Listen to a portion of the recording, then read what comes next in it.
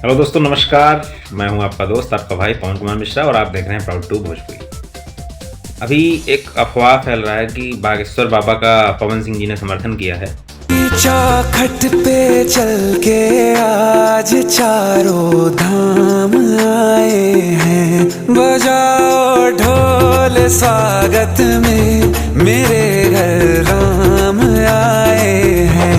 तो इस बारे में भी कोई डिटेल तो नहीं प्राप्त हुई है, किसी भी चैनल के पास कोई डिटेल नहीं है।